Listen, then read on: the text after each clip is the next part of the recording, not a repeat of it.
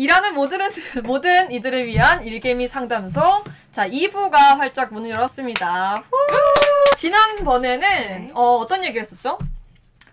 이제 직장 내 괴롭힘 얘기를 그렇죠. 했었잖아요. 직장 내 괴롭힘의 판단 기준, 다양한 사례, 뭐 최근에 법원의 판결 사례 이제 이런 것들을 좀 말씀을 드렸었습니다. 네, 맞습니다. 이번에는 요즘 또 유행하는 드라마죠. 네. 우영우 변호사 얘기를 또 빼놓을 수가 없는데 거기 나오는 정명석 변호사인 직장 상사처럼 네. 좀 좋은 상사에 대한 기준이 뭘까? 그러니까 어떤 게 좋은 상사일까? 이런 걸 좀 우리가 생각을 한번 해보고 서로 얘기를 좀 편하게 해보면 어떨까 네네. 싶어서 자리를 준비를 했습니다.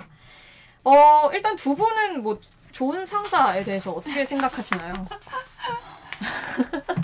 한숨을 먼저 쉬시는데요. 우영우는 다 보셨을까요? 혹시 우리 대구 랭커님이나. 네. 요즘 진짜 핫한 드라마라서 보셨을 수도 있을 것 같은데 얘기를 좀 해주세요.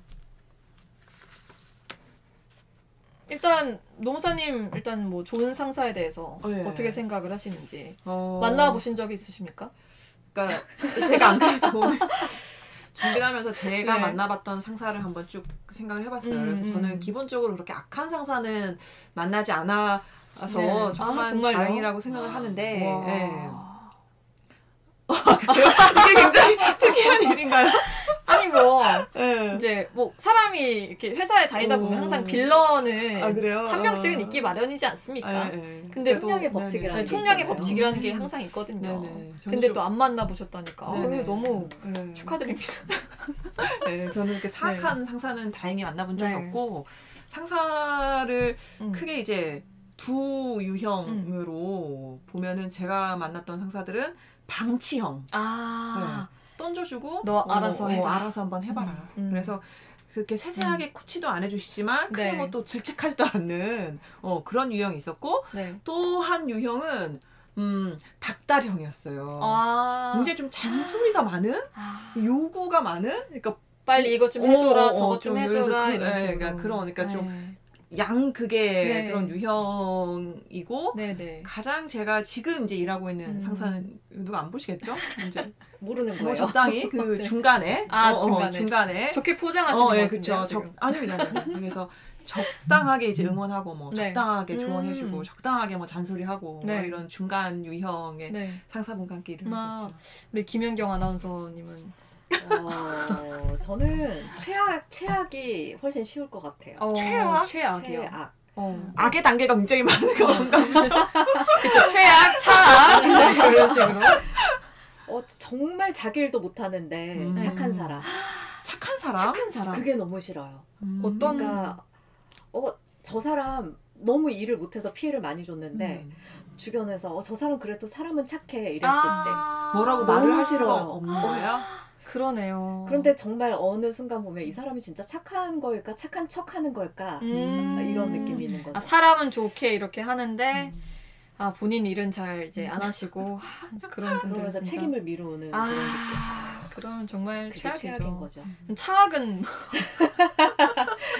차악은 그 다음에 일을 정말 못하는데 못된 사람. 그쵸. 그렇죠. 맞아요. 일을 정말 못하는데 못됐기까지 하면은 근데 사실 그거는 저도 좀 공감을 하는 게 욕할 수가 있잖아요. 차라리. 그래서 차악인 거예요? 예. 뭐 못됐으니까 욕을 할 수 있는데 그리고 뭐 못된 거 저 사람 아니까. 다들 아니까 괜찮은데 착한 척을 하고 다니면 이제 제가 욕을 하면 제가 이상한 사람이 되는 거죠. 무슨 말씀이신지 충분히 알 것 같습니다. 그렇습니다. 그러면 좋은 상사를 만나보신 적은?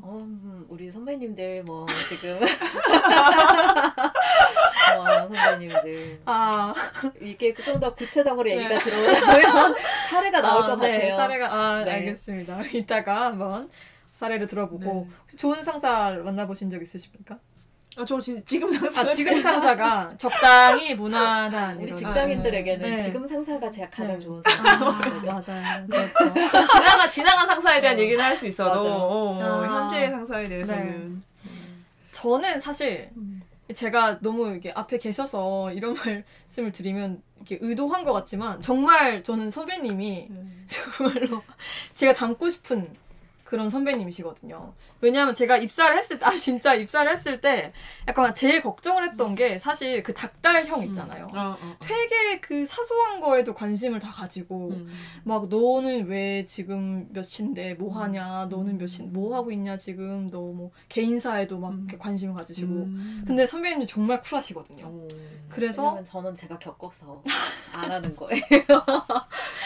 저는 그게 너무 감사했습니다. 그래서 저도 저런 선배가 되어야겠다. 하지만 이제 제 후배가 들어올까요, 과연?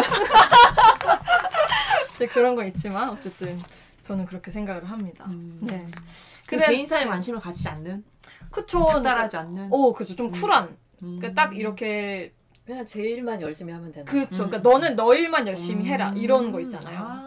그러니까 그냥 일만 서로 열심히 하면 되는 건데 사실은 그 외의 것들을 막 관심을 가지니까 그게 문제가 되는 거거든요. 뭔가 지금 최근에 그 직장갑질 119에서 좋은 상사 10개명 뭐 이런 거 해가지고 투표를 했거든요. 그 투표에서 1위로 꼽힌 상사 유형과 지금 좀 관련되는 것 같아요. 지금 딱 서은 씨가 한 이 유형이. 네. 어떤 걸까요? 근데 뭐 다 그런 사람들 좋아하지 않아요? 그쵸. 굳이 내가 필요 없는데 나에 대한 관심이 지나쳐서 도움 주겠다고 막 하시는 분들 알고 보면 도움이 별로 안 되는데 그거 너무 부담스럽고 진짜 부담스럽고 그냥 나한테 관심 끊었으면 좋겠는데 맞아. 이런 거 맞아요. 너무 부담스럽거든요. 특히 신입 때는 진짜 관심을 다 가지시니까 너무 부담스러웠는데 선배님께서 굉장히 쿨하게 이렇게 해주셔서 너무 감사했습니다. 그래서 아까 그 대구 랭커님께서 저 위에 이제 얘기 중에 하급자를 역할이 다른 동료로 대우해주는 상사가 좋은 상사예요. 저게 실제 그 여론조사에서 맞네요. 1위로 꼽혔어요. 그 직장갑질 119에서 이번 8월 7일에 직장인들을 대상으로 좋은 상사에 대해서 조사를 했는데 1위가 신입 등 부하 직원을 아랫사람이 아닌 역할이 다른 동료로 대해주는 상사가 68표로 1위를 차지했습니다. 동의하시나요? 네. 그래서 1위에 이제 뽑혔다는 걸 이제 동의하시나요? 네. 그래서 그러니까 내 부하 직원, 아랫사람, 내가 부릴 수 있는 사람, 막 이런 게 아니라 동료의 관계로 그 사람의 역할을 정해주고 필요하면 조언하고 필요하면 협업하고 뭐 이렇게 하는 거잖아요. 그러니까 이게 사실은 그 우영우에서 정명석 변호사가 이런 역할을 하는 그런 에피소드 때문에 이제 지금 직장인들이 이 정명석 변호사에게 열광하는 것이 아닌가 그런 생각이 들어요. 저 같은 경우에는 누구라고 말씀을 드릴 수는 없지만 이제 그런 분들이 계세요. 약간 아랫사람이라고 이제 그러니까 그 이제 부하?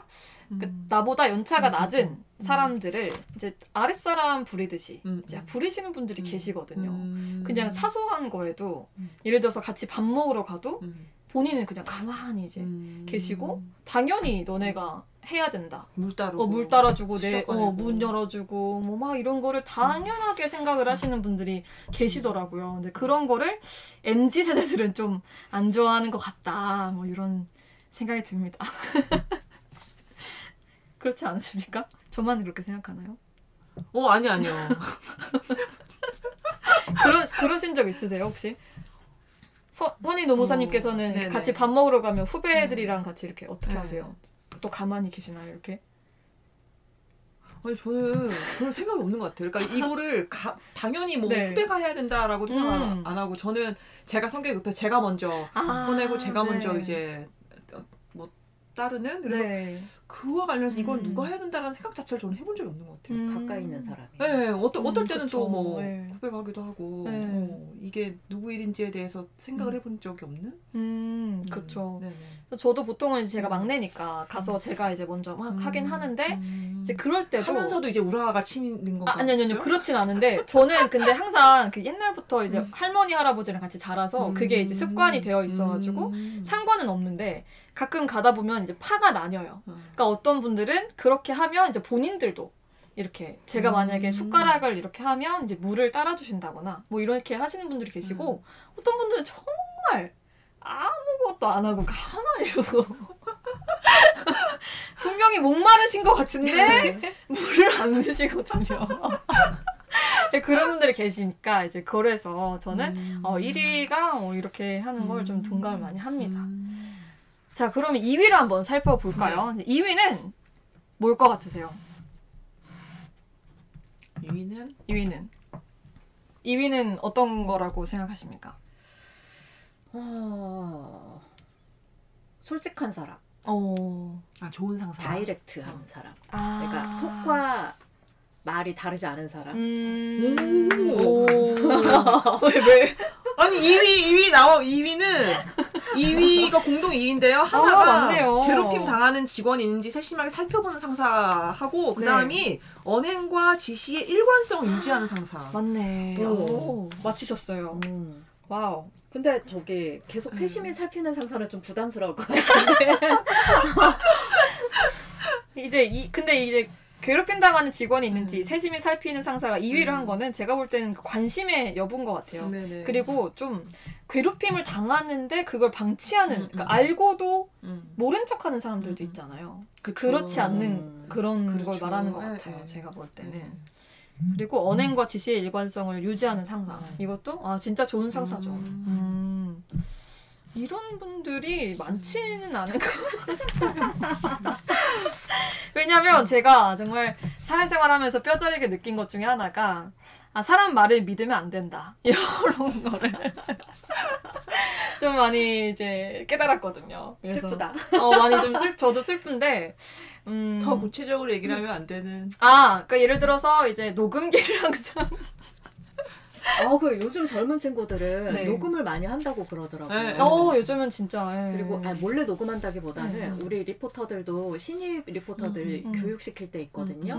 근데 그때마다 느끼는 게 저는 최대한 다이렉트하게 얘기를 한다고 느끼는데 해석을 다 다르게 하는 경우가 있더라고요. 그렇죠. 그럴 수 있죠. 그러니까 나중에 이게 또 그럼 나 그 말 아니었는데 이게 되니까 나중에는 얘기하기 전에 녹음 좀 하겠습니다 하고 딱 들이밀더라고요. 진짜요? 그래서 이렇게 하는구나. 근데 저는 그거 하는 거 감안해서 얘기를 하게 되니까 되게 그냥 깔끔하게 얘기 잘하게 되더라. 우와. 저렇게 하는 건 또 처음 듣네요. 근데 드러내놓고 하니까 훨씬 나는 좋던데. 참신한 방법이네. 딱 저희 이제 딱 녹음합시다. 이렇게 하고. 저렇게 받아들이는 상사분이 좋은 상사분인 거죠. 그러니까요. 근데 저라면 이제 또 흔히 이제 꼰대라고 불리는 분들은 또 막 이러면서 녹음을 해!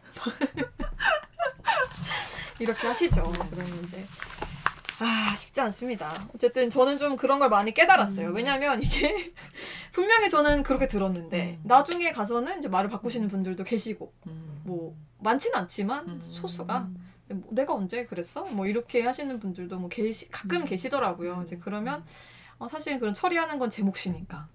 그래서 이제 그때부터는 카톡으로 저는 카톡 좋아요. 네, 왜냐면 아이폰은 녹음이 안 되거든요, 통화가. 그래서 이제 항상 카톡으로 먼저 이제 딱 얘기를 하고 이제 다 이렇게 증거를 남겨놓는 그런 거를 습관을 들이고 있죠. 그래서 보통 공증을 한다, 내용 증명을 보낸다 이런 얘기들 이제 법에 조금 관심 있으면 얘기를 하잖아요. 사실 별로 의미가 없어요. 그러니까 내용 증명도 내가 너한테 이런 얘기를 했다라는 거를 증명을 남겨놓는 거지. 반드시 내용 증명이 있어야지만 법적인 효력이 더 있고 공증 받으면 더 있고 이런 게 아니라 그냥 내가 너에게 이런 말을 했다라는 게 증거만 나오면 되는 거예요. 그래서 제가 가장 많이 추천되는 방법이 사실은 카톡이에요. 카톡. 왜냐하면 메시지는 경우에 따라서는 이게 상대방이 읽었는지 안 읽었는지 확인이 안 될 수 있잖아요. 카톡은 바로 확인이 되거든요. 맞아요. 그리고 굉장히 자연스럽게 대화하듯이 이야기를 할 수 있기 때문에 녹음은 좀 어려운 경우가 많죠. 맞아요. 그게 생각보다 쉽지가 않더라고요. 왜냐하면 갑자기 얘기를 하는 경우에는 갑자기 잠시만요 이렇게 주선주선 이렇게 할 수는 없으니까. 그래서 저도 그거를 가끔 이렇게 방법을 좀 찾아보려고 노력을 했는데 쉽지가 않았어요. 그래서 카톡이 제일 좋다. 카톡이 가장 좋습니다. 맞습니다. 저희 손석구 씨께서 요즘 MZ세대가 이직을 자주 하는 이유가 뭘까요? 라고 질문을 주셨는데 사실 상사랑 갈등이 있는 것도 많을 것 같아요. 저는. 그렇지 않을까요? 그럴 수 있죠. 네. 그리고 기본적으로 지금은 젊은 세대의 일자리가 안정적인 일자리가 별로 없어요. 맞아요. 그건 그렇습니다. 네. 일자리 신규로 얻는 일자리의 대부분은 계약직. 맞아요. 이기 때문에 사실은 그러니까 계약기간 끝나면 또 다른 데로 옮기고 하는 거지. 한 직장에서 오래 할 수 있는 고용구조 자체가 아닌 거고.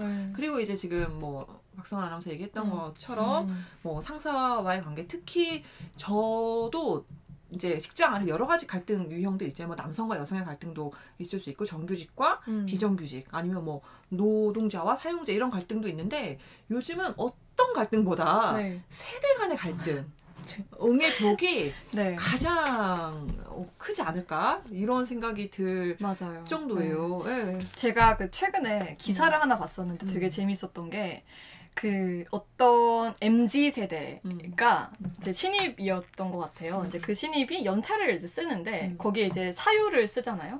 거기 생일 파티라고 쓰셨어요. 사유에 그냥 연차 사유에 생일 파티 이렇게 쓴 거예요. 그랬더니 상사가 이제 막 뭐라 하는 거죠. 생일 파티 때문에 지금 연차를 낸 거냐? 무슨 연차 사유에 생일 파티라고 쓰는 게 맞냐? 이러면서 다시 써라 뭐 이렇게. 그렇죠. 그래서 그게 논란이 됐었던 MZ 세대 사이에서는 아니 생일 파티만큼 명확한 사유가 도대체 어디 있냐 이러고, 약간 좀 그걸 별로 안 좋게 보는 사람들은 아무리 그래도 좀 공적인 자리인데 생일 파티라고 쓰는 게 어딨냐 뭐 이렇게 이제 논란이 있었습니다. 그렇구나. 어떻게 생각하세요? 쓸 수 있지 않나? 우리 회사 휴가 신청하는데 보면 저는 업무상 다른 분들이 휴가 신청한 거 사유를 좀 볼 수 있거든요. 시스템에서. 그쵸. 좀 별의별 게 다 올라오거든요. 정말? 보통은 그냥 일신상의 사유라고 쓰지 않아요? 아니에요. 개인사죠. 일신상의 사유. 그러니까요. 연차 휴가, 그냥 여름 휴가 이렇게 쓰잖아요. 근데 진짜 이렇게까지 쓴다고? 이런 것들 많거든요. 맞아요. 네, 그렇죠. 그래서 생일 파티 정도면 저도 사실은 굉장히 구체적으로 쓴 게 아닌가. 어떻게 보면. 그러니까 차라리 그냥 무난하게 일신상의 사유, 개인 사정 이러면 아무 문제도 되지 않았을 텐데 구체화를 해가지고 그게 너무 낯선 그런 세대가 세대 차이라고 할 수가 있을 것 같아요. 그런 게 사실은 좀 그런 걸 낯설게 생각하는 거죠. 그러니까 그 전에 기존에 이제 있었던 분들은 회사라는 공적인 공간에서 그렇게 좀 본인의 그렇게 뭐 생일 파티 이런 거를 그런 공적인 시스템에 올린다는 것 자체를 좀 불편하게 생각하시는 게 있는 것 같아요. 아무튼 좀 세대 차이가 좀 갈등의 원인이 되지 않나. 그러니까 사실은 근데 연차 휴가를 쓸 때 사유를 입력하는 것 자체가 잘못된 게 아닐까? 이런 생각이 들어요. 왜냐하면 연차 휴가는 말 그대로의 내 개인 휴가인 거고 내가 원하는 날에 내 사유를 쓰는 건데 굳이 그 사유를 왜 회사에 알려야 하지? 그러네요. 이런 생각이 들어요. 그러니까 저희 사무실 같은 경우에는 사전에 휴가를 신청할 때는 사유를 쓰지 않아요. 그냥 신청하면 자동 승인되는. 정말요? 그럼 뭐 어떤 건지 묻지도 않고 따지지도 않고. 그거를 물을 이유가 없죠.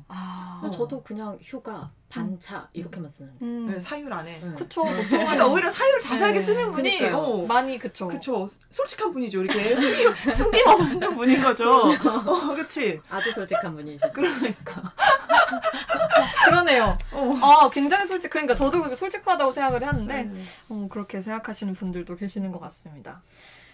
재밌네요. 이렇게 세대 차이를 또 얘기를 한 번쯤은 해보고 싶었거든요. 사실은 또 제가 MZ 세대이기도 하고 또 이런 것 때문에 많이 요즘 MZ 세대들이 또 세대 차이로 인해서 갈등을 또 많이 빚고 있으니까 그런 걸로 퇴사하는 분들도 많이 보긴 했거든요. 제 친구들 중에서도 또 상사랑 또 갈등 때문에. 그래서 오늘 이런 일이 한 번쯤 얘기를 해보고 싶었습니다. 뭐 MZ 세대랑은 갈등이 없으신가요, 혹시 사무실에서? 그때 박경순 노무. 박노무사님도 MZ 세대시잖아요. 그쵸. 네, 그분은 MZ 세대이죠. 뭐 갈등은 따로. 그런 거 없는 것 같아요. 저는 그분한테 그런 세대 차이를 느껴본 적이 일단 저는 없어요. 저는 없고 나머지 분들도 약간 그 MZ 세대의 전형이라고 보기에는 이분의 성향은 약간 조금 거리가 있지 않나? 이런 생각이 들기는 합니다. 근데 뭐 어쨌든 최근에 다른 이제 그 뭐 제 또래나 이렇게 만나면 사실 MZ세대 얘기를 되게 많이 하고 저도 정말 이렇게 그 노사 간의 갈등보다 더 큰 세대 간의 갈등 그게 가장 많은 조직에서 가장 고민되는 부분일 거 이건 저희도 마찬가지인 거고 그래서 약간 이제 근데 어쨌거나 기본적으로 기성세대가 그러니까 저나 아니면 뭐 김연경 아나운서는 비슷할 건데 이게 MZ세대가 사실은 시대의 방향이 아닐까 기본적으로 그거를 좀 받아들일 필요가 있는 것 같아요. 그래서 MZ세대가 기성세대에 적응하는 게 아니라 기성세대가 MZ세대에 맞추어가는 방식으로 하는 게 그게 올바른 이제 조직 문화의 변화 방향이다라고 생각을 하고 눈치껏 이제 해야 되는 그런 것들을 좀 배워가고 있는 중인 거죠. 뭐 예를 들면 그러니까 저도 좀 물어보고 싶었는데 그 우리가 이제 1위부터 10위까지 있다 얘기를 하기로 했는데 이 10위 안에는 안 들었지만 순위 중에 하나가 사생활에 대해 물어보지 않는 상사가 좋은 상사 14위에 올랐어요.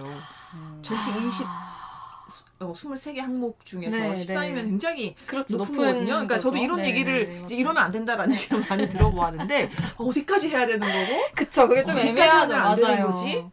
한번 이제 MZ세대인 성훈 씨한테 물어보고 싶었어요. 직장 상사가 사생활에 대해서 물어보지 말아야 할 때 어느 정도의 기준인 걸까? 일체 물어보면 안 되는 걸까? 네, 저도 좀 이게 애매한 게 사실은 그러니까 그 사람 바이 사람인 게 얘기하고 싶은 분들도 있거든요. 그러니까 얘기를 저도 하고 싶은 분들이 있고 진짜 하기 싫은 분들이 있단 말이에요. 근데 이분들이 물어보세요. 진짜 막 하고 싶은 분들은 딱히 저한테 관심이 없고 이렇게 막 별로 진짜 얘기 안 하고 싶은 사람들이 저한테 항상 막 꼬치꼬치 이렇게 캐물으시더라고요.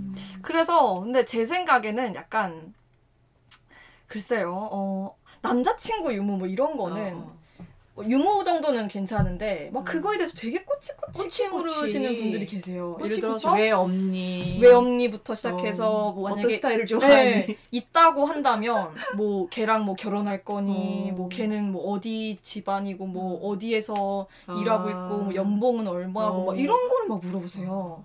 그래서 걔랑 뭐 언제 결혼할 거고 막 이런 거를 또 물어보시고 헤어지면 또 왜 헤어졌니? 막 너 어떻게 할 거니 이제 그걸 다 대답을 해주고 있어요. 그러니까 이게 그래서 지금부터는 대답 안 할 수도 대답을 없고. 이제 그쵸 안 할 수도 없죠. 그걸 뭐 씹을 수는 없잖아요. 그래가지고 좀 난감하죠. 이제 그런 부분은 아무래도 좀 그렇지 않나라는 생각을 합니다. 근데 그게 아니면은 사실 그냥 가벼운 얘기 정도는 충분히 할 수 있죠. 저도. 그래서 아메리칸처럼 진짜로 나이도 물어보면 안 되나? 아이 나이 정도는 충분히 물어볼 수 있는데 이제 거기서 약간 도를 이제 넘어서서 막 진짜 꼬치꼬치 이렇게 캐무는 꼬치꼬치가 좀 중요한 유념해야 될 것 같네요.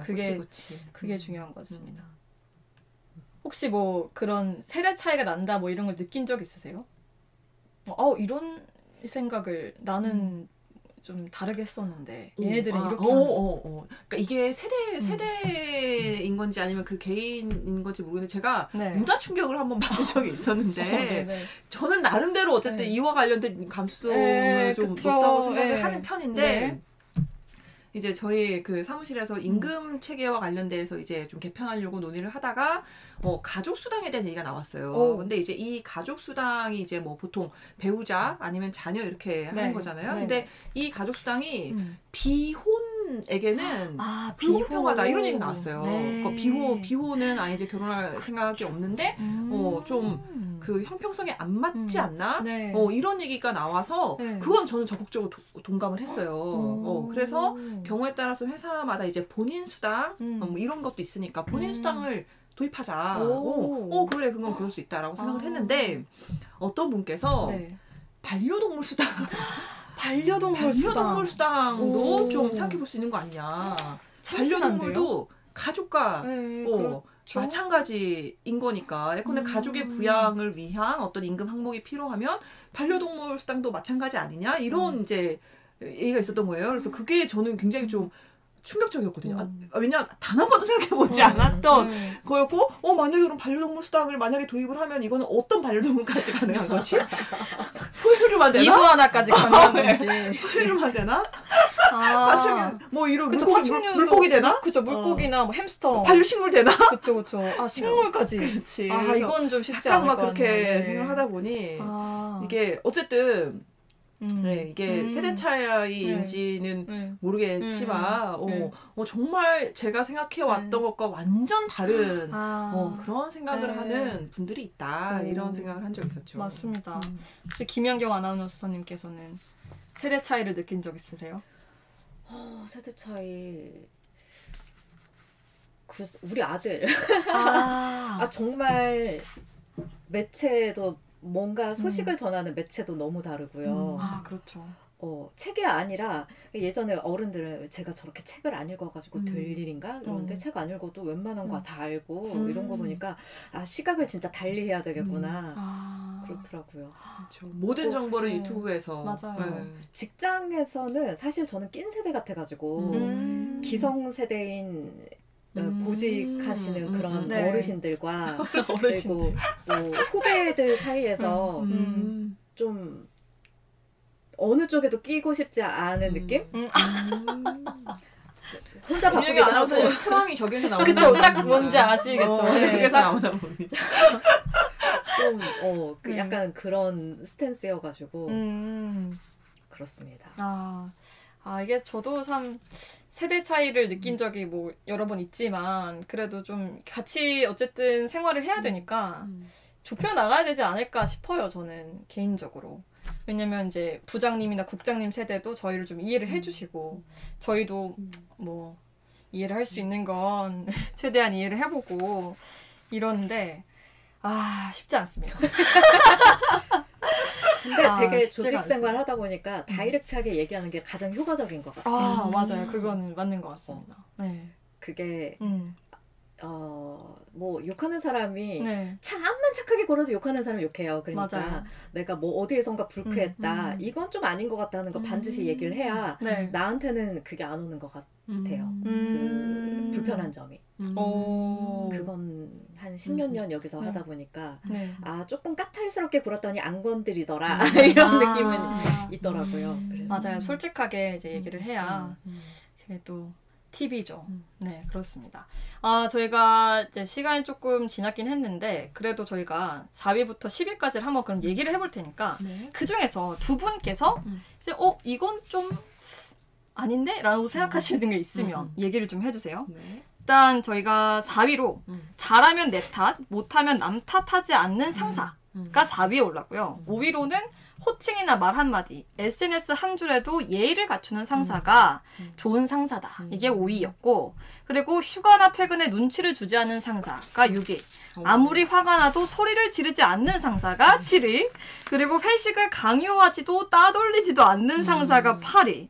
공식 석상에서 반말하지 않는 상사가 9위. 아플 때 편히 쉬게 배려하는 상사 10위에 올랐습니다.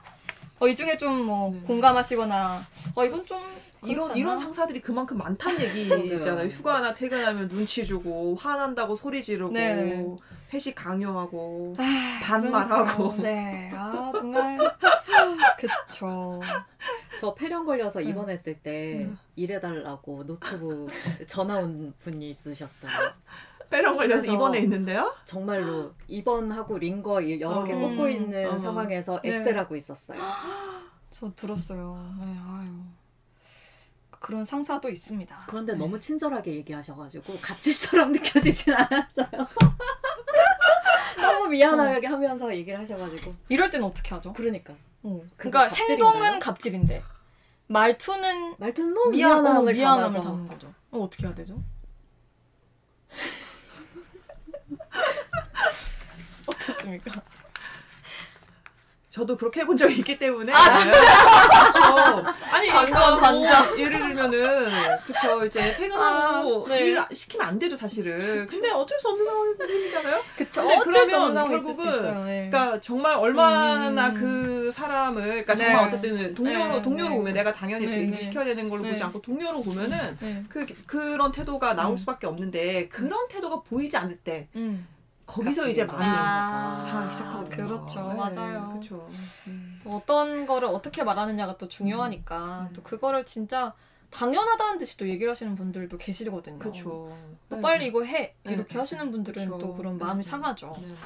맞습니다. 이런 분들이 많아져야 될 텐데 쉽지 않네요. 저는 사실 이 중에서 제일 최고를 꼽자면 저는 너무 많아서 지금 못 고르는 거 아시죠? 그쵸.